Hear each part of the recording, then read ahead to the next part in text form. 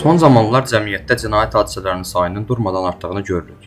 Ən əsası bir neçə gün öncə gündəmimizi zəbt edən 20 yaşlı İzzət Natiqoğlu Hüseynovun aralarında yaranan münaqişə zəminində sevdiyi qız, 17 yaşlı Aytac Nazim qız Babayevana bıçaqlayaraq qətlə yetirilməsi.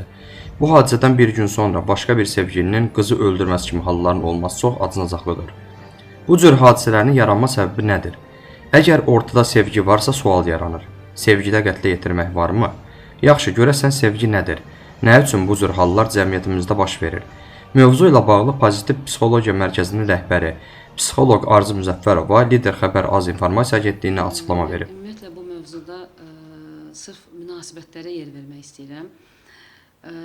İnsan sevgi ilə dünyaya gəlir və sevgi ilə ölür. Yəni insanın dünyaya gəlişinin altında belə sevgi dayanır. Sevgi olmasa heç bir insan həyatda yaşaya bilməz. Bunu da insanın doğuluşundan, sırf həyat tərzinə, yaşamaq tərzinə münasibətlər gətirir.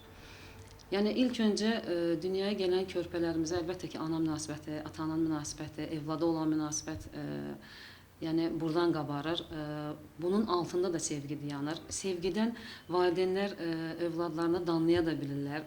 Sevgidən valideynlər övladlarına təzyiq də eləyirlər. Amma bunun altında inanın sevgi dayanır. İnsan ümumiyyətlə baş verən hadisələrdə, situasiyalarda həm uğur, həm uğursuz ola bilir. Bunun da altında nə dayanır? Həmən o insanın hansı psixikada dünyaya gəlmək. Hər bir münasibətə yenə deyirəm, sevgi qatırıq, amma uşaqlar əgər sevgi adı çəkirlərsə, ana bacardığı qədər o sevgini tam fərqli. Bacı sevgisi kimi, o sənin bağça yoldaşındır. Sırf belə qabartmaq da düzgün deyil. Bu, əlbəttə, o dövrdən yarım qalır və gəlir gənclik dövrünə, məktəb illərinə.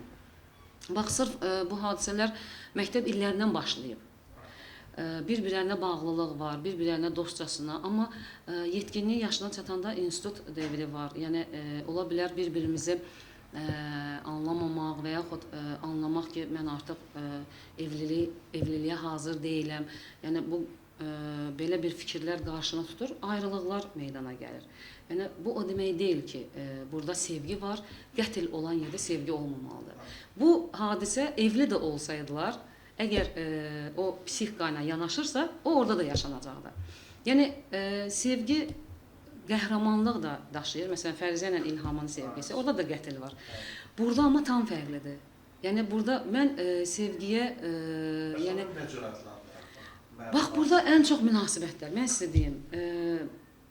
Götürək mən tarixən Fərizə və İlhamı. Əgər Fərizə özünə qəsd eləməsəydi, İlham heç yerdə tanınmayacaqdı. Çünki o qədər şəhidlərimizin adı var, heç kəsin yadında qalmır. Sırf onun sevgisi onu qəhrəman kimi göstərir, amma yenə də ortada nə var? Özünə qəsd. Baxın, psixologiyada, psixikada belə hadisələr oturuşur.